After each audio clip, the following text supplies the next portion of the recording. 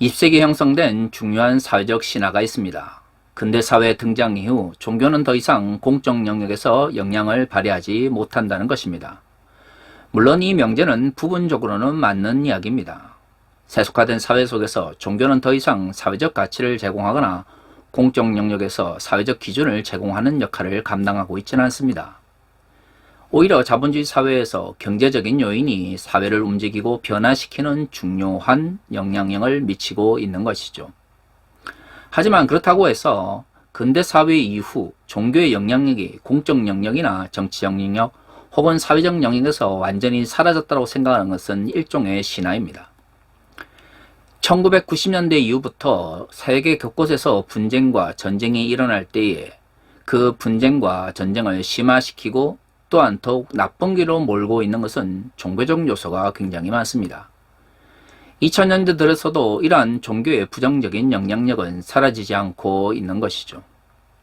어떻게 보면 종교는 더 이상 근대 사회에서 사회적, 공적 혹은 정치적 영향력을 발휘하지 못한다라고 하는 잘못된 명제가 이러한 20세기 말 21세기 사회의 변화를 인도하고 있는지도 모릅니다. 이러한 관점에서 우리는 현대 사회에서 종교는 정확하게 어떤 역할을 감당하고 있는지에 대해서 좀 더 정확하게 인식하면서 살아가야 될 필요가 있습니다. 왜냐하면 이 땅에 하나님 나라의 가치를 선포하며 또한 예수 그리스도의 복음을 전파해야 될 의무가 있는 그리스도인들이 그러한 복음의 의무와 사명을 외면한 채 전 세계에서 일어나고 있는 사회적 혹은 종교적 분쟁 그리고 전쟁의 요인을 제공한다면 그것은 하나님 나라의 백성으로서 그리고 예수 그리스도의 제자로서의 사명을 제대로 감당하지 못하는 것이기 때문입니다. 이러한 관점에서 2000년대 들어서 종교학이나 비교 종교학에서 활발하게 연구되고 있는 주제 중에 하나가 순교주의라고 하는 것이 있습니다. 이 용어는 순교자적 의식을 가지고 살아가는 사람들이 사회적 혹은 정치적인 영역에서 어떤 영향력을 미치는지에 대한 연구를 일컫는 것입니다.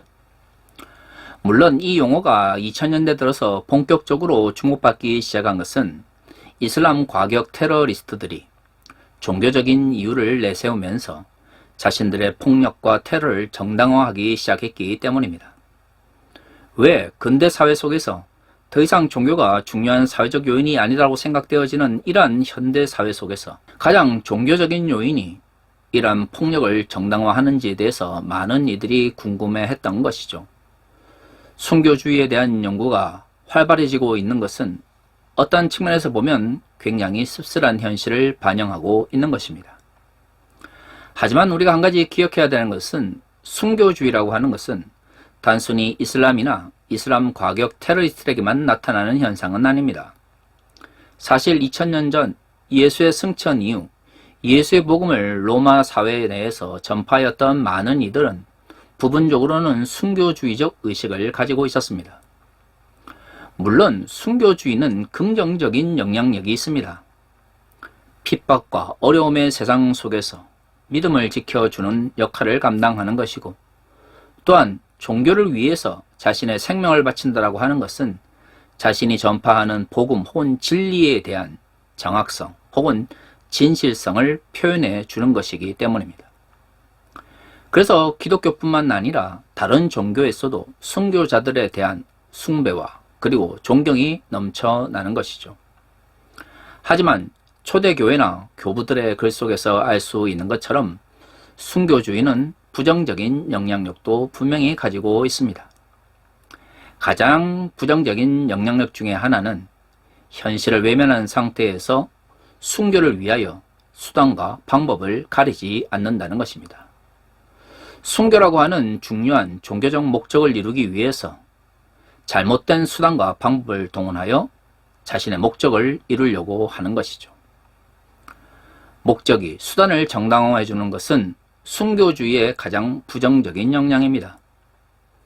초기 기독교 공동체 내에서도 그래서 순교주의에 대한 경고와 또한 부정적인 기록들이 많이 남아 있습니다. 사실 순교주의를 기독교적 관점 속에서나 이슬람적 관점 속에서 분석을 해보면 두 가지 공통점을 가지고 있는 것이죠. 극단적인 순교주의는 현실을 비현실적인 것으로 또한 무의미한 것으로 바라보는 잘못된 세계관을 기반으로 합니다. 자신들이 꿈꾸는 세계가 이 땅에 이루어지지 않았기 때문에 그들이 꿈꾸는 세계로 가기 위하여 순교라고 하는 극단적인 방법을 동원하는 것이죠. 문제는 그 방법 혹은 수단이 폭력이나 타인에 대한 위해를 전제로 할 경우 심각한 사회적 문제를 발생시킨다는 것입니다. 그렇기 때문에 초기 기독교 공동체나 교부들의 글을 잘 살펴보면 순교에 대한 긍정적인 묘사뿐 아니라 순교주의에 빠져 있는 사람들에 대한 경고도 동시에 발견되는 것이죠. 그리스도인들이 이 땅을 살아가면서 하나님께 주신 사명과 소명을 감당하기 위하여 순교자적 결단과 또한 정신을 가지고 살아가는 것은 분명 중요한 것입니다. 하지만 순교 그 자체가 모든 그리스도인의 삶의 목적이 되어서 목적이 수단을 정당화해주며 순교를 위하여 혹은 순교와 비슷한 상태에 이르기 위하여 그 어떤 수단이나 방법도 정당화된다면 그것은 성경에서 가르치고 있는 순교적 삶의 결과물이 분명 아닐 것입니다.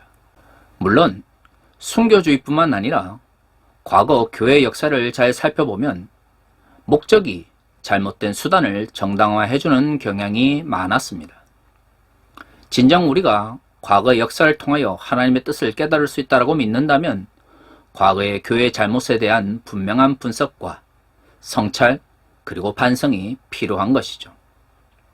한국교회 역시 마찬가지입니다. 과거 한국교회는 예수 그리스도를 통한 구원과 그 구원이 가져다주는 영광에 대하여 많이 설교하였습니다.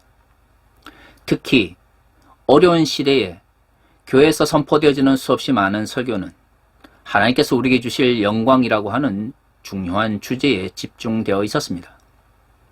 문제는 하나님께서 우리에게 영광을 또한 영광으로 축복을 내려주신다라고 하는 말씀은 분명히 성경에 기록되어 있지만 하나님께서 우리에게 축복을 주시고 또한 영광으로 임재하시는 그 방법에 대해서는 성경에서 지금까지 우리가 가르쳤던 방식으로 가르치고 있지 않다라고 하는 것이죠. 하나님의 영광을 이야기하는 것은 분명히 필요합니다.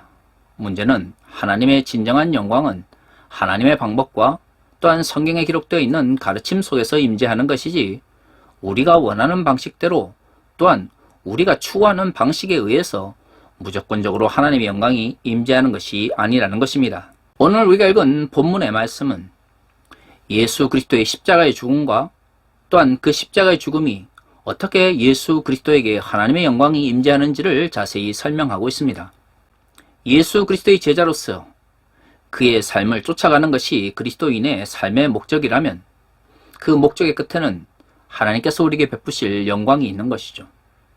그 영광을 바라보며 나아가는 것이 그리스도인들이 이 험한 세상 속에서 용기를 잃지 않고 살아갈 수 있는 중요한 힘이 됩니다.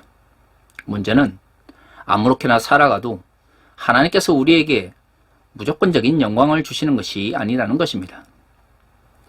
예수 그리스도의 삶을 진정으로 본받는다면 그분이 하나님의 영광을 얻었을 때에 어떤 방식으로 하나님의 영광을 얻게 되었는지에 대해서 분명한 인식을 가지고 있어야 합니다.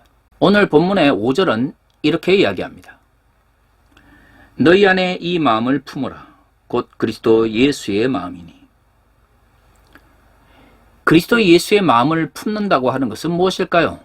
그렇습니다. 우리의 마음이 우리의 삶과 가치에 영향을 미친다는 것을 기억한다면 예수 그리스도의 마음을 품고 살아간다고 하는 것은 우리의 삶의 실천이 어떻게 표출되어야 되는지를 분명히 이야기하고 있는 것이죠. 그리스도의 마음을 품고 그리스도께서 살아가셨던 삶의 방식대로 살아가는 것이 그리스도인의 삶의 목적입니다. 그렇다면 그리스도의 마음을 품는다고 하는 것은 그리스도인의 출발점이 될 수가 있는 것이죠. 바울은 6절에서 8절까지 예수 그리스도께서 어떤 삶을 이 땅 위에서 살아가셨는지에 대해서 언급하면서 그리스도의 마음을 품은 자들이 그 삶을 닮아갈 것을 이야기하고 있습니다. 6절에서 8절은 이렇게 말하고 있습니다. 그는 근본 하나님의 본체시나 하나님과 동등됨을 취할 것을 여기지 아니하시고 오히려 자기를 비워 종의 형체를 가지사 사람들과 같이 되셨고 사람의 모양으로 나타나사 자기를 낮추시고 죽기까지 복종하셨으니 곧 십자가에 죽으심이라. 예수께서 이 땅에 우리를 구원하기 위하여 오셨다라고 하는 것은 바울의 신학에서 매우 중요한 구원론의 핵심입니다. 그런데 바울은 그 구원론의 핵심을 예수 그리스도의 겸손의 문제와 연결시키고 있습니다. 하나님이신 그분께서 인간을 구원하기 위하여 종의 형체로서 하나님의 권위를 버리시고 이 땅에 오셨던 것이죠. 바울은 십자가의 죽음을 그렇게 해석하고 있습니다. 바울이 이러한 이야기를 강조하고 있는 것은 고난을 겪고 있는 빌립보 교회 사람들이 그 고난 가운데서도 예수 그리스도의 삶처럼 겸손히 타인을 높이며 자신을 낮추며 살아가기를 바랬기 때문입니다. 그러면 바울은 그러한 고난 가운데서도 겸손히 자신의 삶을 예수 그리스도의 삶과 일치시켜 가야 되는 그리스도인의 사명을 어떤 목적을 향하여 나아가고 있다고 말하고 있을까요? 오늘 본문에서는 제가 읽지 않았지만 9절에서 11절을 살펴보면 결국 십자가의 죽음과 같이 고난 가운데서 자신을 낮추신 예수 그리스도의 삶의 모습을 통하여 하나님께서 그를 영광 가운데 임하게 하셨다라고 말하고 있습니다. 그렇습니다. 바울의 가르침 속에서 고난과 겸손히 자기를 낮추는 삶의 모습은 단순히 실패자의 모습이나 힘이 없기 때문에 행하는 굴종의 모습이 아닙니다. 그것은 하나님의 영광이 임재하는 방식이고요. 하나님께서 예수 그리스도를 높이시고 영광 가운데 들게 하신 방식인 것이죠. 정말로 그리스도인들이 하나님 나라의 영광을 바라보며 하나님께서 우리에게 주실 영광을 향하여 달려나가기를 바란다면 성경이 말하고 있는 수단과 방법을 통하여 그 목적을 이루려고 해야 합니다. 하지만 과거 한국 교회는 그러한 성경의 가르침을 제대로 지키지 못했습니다. 하나님의 영광을 이야기하면서 언제나 거기에서는 사회적 성공과 경제적 부유함이 들어가 있었던 것이죠. 성경을 아무리 꼼꼼히 살펴보고 다양한 관점 속에서 연구해 보아도 사실 성경은 단 한 줄도 경제적 부유함이나 사회적 성공을 통하여 하나님의 영광에 임한다라고 말하고 있지 않습니다. 하나님께서 예수 그리스도를 높이신 이유는 그분이 하나님의 뜻을 이루기 위하여 겸손히 자신을 낮추시고 복종하시는 가운데 십자가에서 죽으셨기 때문입니다. 저는 우리가 예수 그리스도를 닮아간다고 해서 모든 그리스도인들이 주님처럼 살 수 있다고 생각하지는 않습니다. 각자에게 주신 소명과 사명은 다른 것이죠. 그러나 한 가지 확실한 것은 결코 과거 한국교회가 이야기했던 것처럼 경제적 부유함이나 사회적 성공을 통하여 하나님의 영광을 얻는 것은 아니라는 것입니다. 예수의 길을 쫓아가는 것이 예수의 제자의 모습이라면 그것은 예수 그리스도와 같이 자신을 겸손히 낮추며 타인을 돌아보는 가운데서 얻어지는 영광을 향하여 달려나가는 것입니다. 결코 돈의 풍부함이나 권력의 풍부함을 통하여 영광을 얻기를 바라는 세상의 길과는 반대편에 있는 것이죠. 한국교회가 과거 이것을 잃어버린 채 세상의 길을 쫓아가도록 부추기면서 그것이 마치 예수 그리스도께서 걸어가신 길인 것처럼 선전하였습니다. 21세기 들어 한국교회가 몰락의 길에 들어서게 된 것은 이처럼 하나님의 영광을 바라보면서도 예수 그리스도께서 걸어가신 길을 외면해 왔기 때문입니다. 정말로 목적이 정당하다면 그 수단도 정당해야 합니다. 정말로 하나님의 영광 가운데 들어가기를 원한다면 예수께서 걸어가신 그 길을 쫓아가야 하는 것이죠. 목적이 수단을 정당화하지 않습니다. 우리가 목적과 함께 수단을 중요하게 생각해야 되는 것은 하나님 나라의 가치를 땅에 실현하고 하나님의 영광을 드러내야 된다는 그 목적은 그리스도인의 삶을 통하여 그 수단을 통해서만이 이 땅 위에 실현되기 때문입니다. 그리스도인의 삶이 성경에서 말하고 있는 올바른 가치를 쫓아가지 못한다면 그 어떤 대단한 방법과 수단을 동원한다 할지라도 하나님 나라는 이 땅에 이루어질 수 없는 것이고 하나님의 영광은 나타나지 않는 것이죠.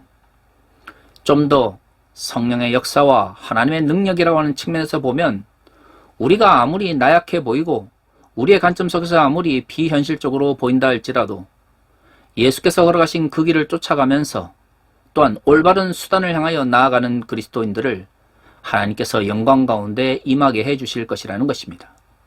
하나님의 영광이 목적이라면 그 목적은 하나님께서 올바른 수단을 향하여 나아가는 그리스도인들을 통하여 실현해 주시는 것이죠. 사실 그것이 믿음입니다. 세상 사람들은 능력도 돈도 없는 그리스도인들이 하나님 나라의 가치를 향하여 달려 나아갈 때 그것이 가능하지 않다라고 비웃을 수 있습니다. 하지만 예수 그리스도의 길을 걸어가는 그리스도인들은 세상의 길을 쫓아가는 사람들이 아니기 때문에 결국 하나님께서 예수의 길을 쫓아가는 우리를 영광 가운데 임하게 해주실 것을 믿고 나아갈 수 있는 것이죠.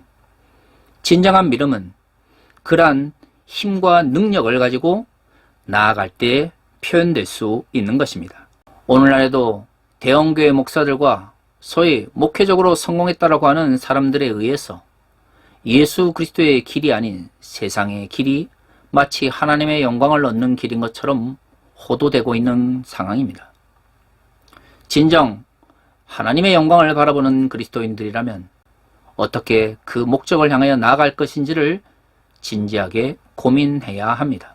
사랑이라는 목적을 이루기 위해서 혐오와 차별이 그 수단이 될 수 없는 것처럼 하나님의 영광은 결코 세상 사람들이 좋게 보고 또한 바라보는 권력의 힘이나 돈의 능력에 의해서 실현되어지거나 정당화되는 것이 아닙니다. 사랑하는 성도 여러분, 우리의 삶이 하나님 나라의 가치를 향하여 달려나가기를 원합니다. 그렇다면 우리의 목적이 우리의 수단을 정당화할 것이 아니라 그 목적을 이루기 위하여 성서는 어떻게 말하고 있고 예수 그리스도께서 어떤 삶을 살아가셨는지를 좀 더 분명하게 이해했으면 좋겠습니다.